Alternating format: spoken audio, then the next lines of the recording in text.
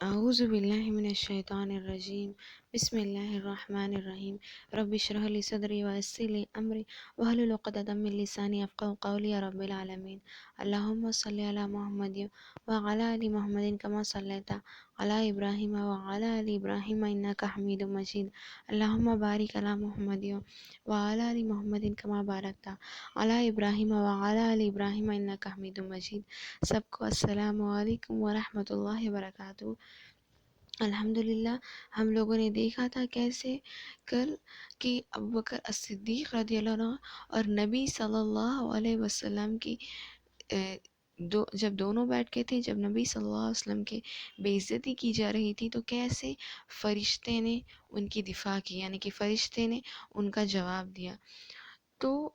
سوچیے اگر ہمارے سامنے ہمارے کسی بھائی یا بہن کی بے عزتی کی جا رہی ہے اس کی غیر موجودگی میں، یعنی کہ جس کی بے عزتی ہو رہی ہے وہ شخص موجود نہیں ہے، بھائی یا بہن کا مطلب یہ مت سمجھیے گا کہ ہمارے سگے بھائی یا بہن یا پھر ہمارے ایج کے بھائی یا بہن کا مطلب ہوتا ہے اسلامکلی سب ایک دوسرے کے بھائی بہن ہوتے ہیں، یعنی کہ کسی بھی شخص اس دنیا میں جب ان کی بے عزتی کی جا رہی ہو آپ کے سامنے اس شخص کے غیر موجودگی میں، تو آپ کیا کریں گے اس وقت؟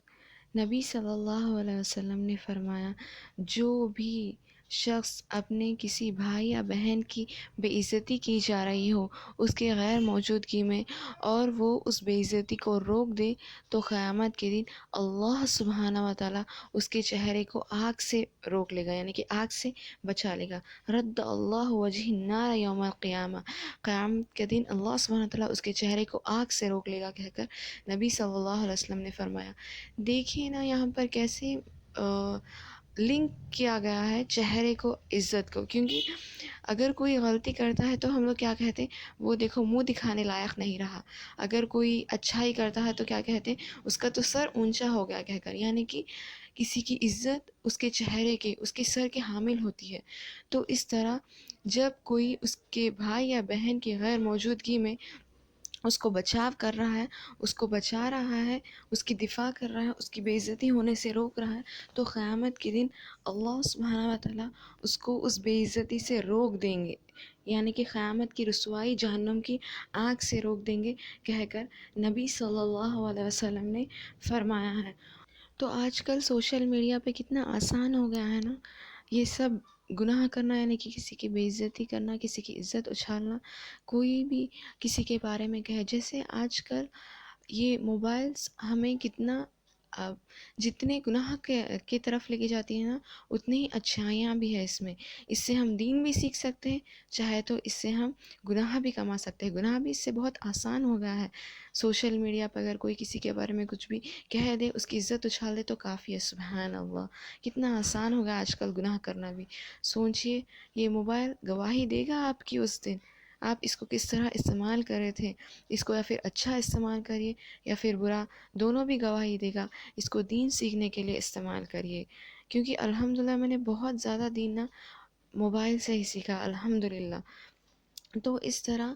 اگر کوئی سوشل میڈیا پہ کچھ بھی کہہ دے، فیس بک، واٹس ایپ، ٹویٹر، جس پہ بھی کسی کی بے عزتی کر دے تو ہم بس وہاں پر چپ کہہ دیں کہ مت کہو اس شخص کے بارے میں، ہم نہیں جانتے۔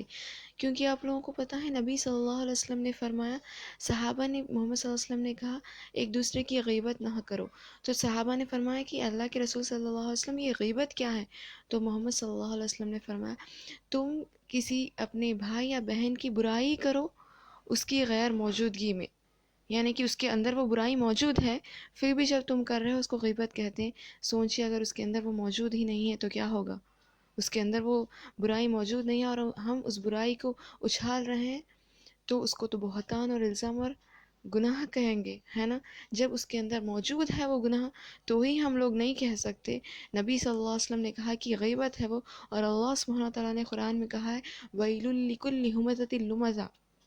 ویل ہے ان پر، لعنت ہے ان پر، جہنم کی نچلے آگ میں ہوں گے ایسے لوگ جو ہمزہ اور لمزہ، چغلی اور غیبت کرتے ہیں۔ سبحان اللہ، اگر کوئی شخص کے اندر برائی موجود ہو تو ہی ہم نہیں کر سکتے اس کے غیر موجودگی میں، یا پھر اس کی موجودگی میں اس کو غیبت کہتے ہیں۔ ہم اس کے غیر موجودگی میں کسی شخص کے اس کی بے عزتی کر رہے ہیں، اس کے بارے میں کچھ بھی غلط کہہ رہے ہیں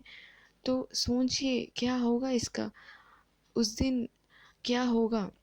نبی صلی اللہ علیہ وسلم نے فرمایا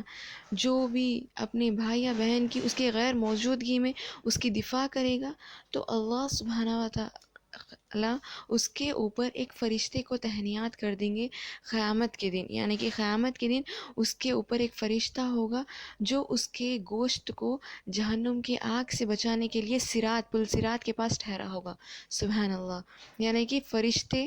بھی اس میں انوالو ہے، اسی لیے میں نے اس کو فرشتوں کی سیریز میں کیا ہے،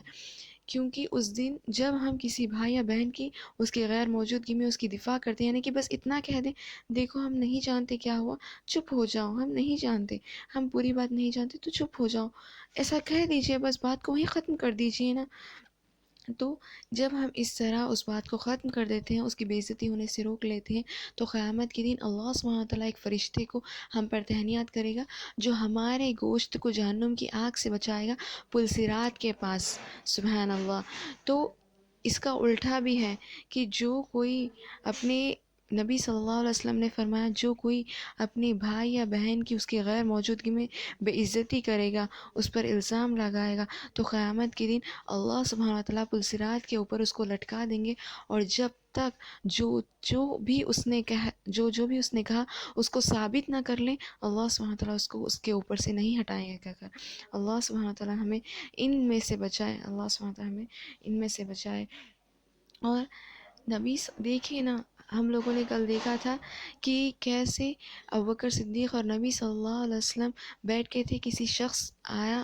اور نبی صلی اللہ علیہ وسلم کی بے عزتی کرنے لگا تو فرشتے جواب دے رہے تھے. بالکل اسی طرح جب ہمارے سامنے کسی بھی ہمارے بھائی یا بہن کی بے عزتی کی جا رہی ہے اس کی غیر موجودگی میں، جب ہم اس کا جواب دیتے ہیں تو ہم یہاں پر فرشتے کا رول پلے کر رہے ہیں. سبحان اللہ. جیسے ہم ہر چیز فرشتے کے جیسے بننے کی کوشش کرتے ہیں، فرشتے کی جیسے عبادت کرنے کی کوشش کرتے ہیں، یہاں پر ہم جب دفاع کریں گے تو فرشتے کا رول پلے کریں گے. اللہ سبحانہ تعالیٰ ہمیں جہنم کی آگ سے بچائے، ہمیں ہماری بے عزتی پر خاموشی اختیار کرنے کی اور کسی اور کی بے عزتی کے اوپر اس کی دفاع کرنے کی، یعنی کہ خاموش رہنے کو کہنے کی توفیق عطا فرمائے. آمین. اللہم آمین.